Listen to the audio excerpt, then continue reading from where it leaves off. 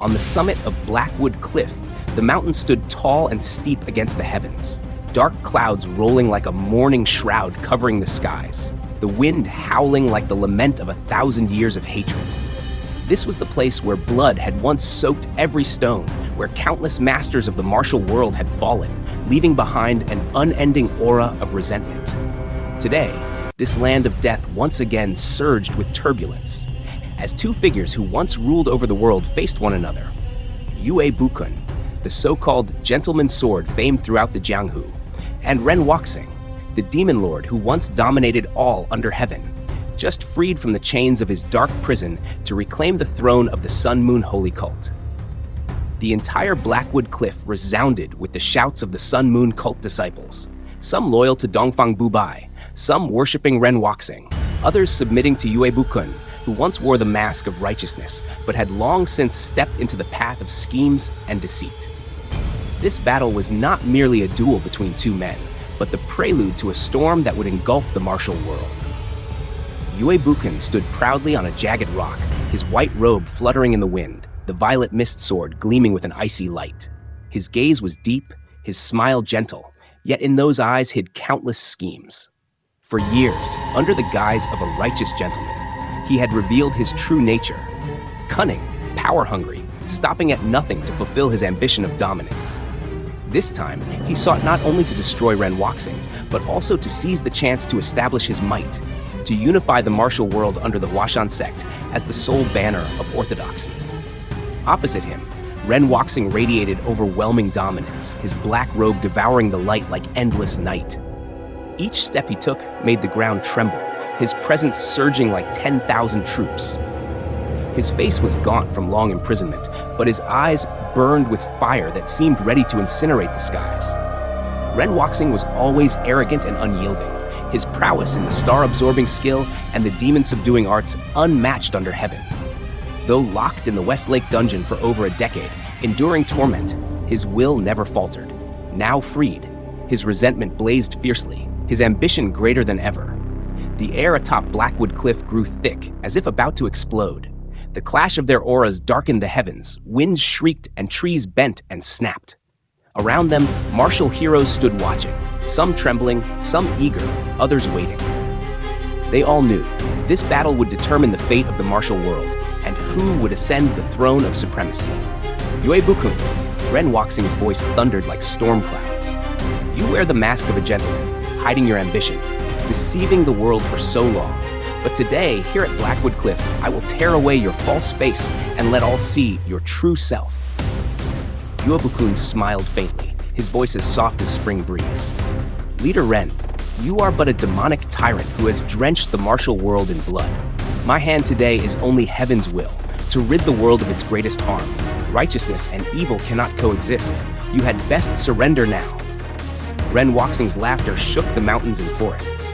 Heaven's will, what fine words. Yue Bukun, do you dare still speak of righteousness? In this world, besides absolute power, what is righteous and what is demonic? Today, I will show you what true supremacy is.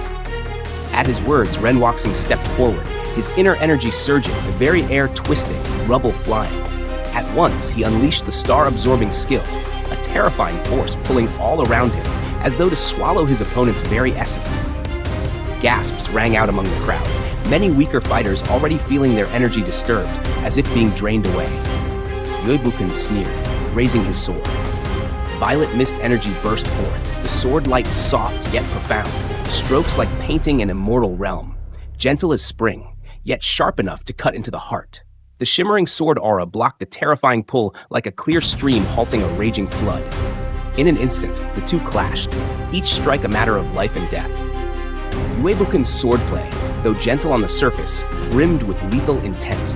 Every move was intricate and flawless, his inner strength deep, his schemes unfathomable. By contrast, Ren Wuxing's attacks were direct and overwhelming, his power surging like stormy seas, his every palm strike shaking heaven and earth. Their forces collided, shattering rocks, toppling trees, filling the sky with dust. Steel clashed with a shriek, inner energy roared like thunder, winds howled, and those nearby staggered under the pressure, retreating dozens of steps. Some, caught in the shockwave, coughed blood and collapsed on the spot. The battle raged from midnight until dawn. The pale moon faded, the first light of day rose, yet neither combatant had prevailed. One was a master of deep cunning, the other of indomitable spirit, their moves the pinnacle of martial arts, leaving the spectators trembling in awe. At last, Yobukun began to lose ground. His swordplay, though exquisite, was gradually forced back by the torrential force of Ren Wuxing's power. Yet his face remained calm, his eyes glinting with hidden malice. For Yobukun never fought without calculation. He was waiting for the fatal moment to strike. Ren Wuxing grew fiercer, his laughter booming like thunder.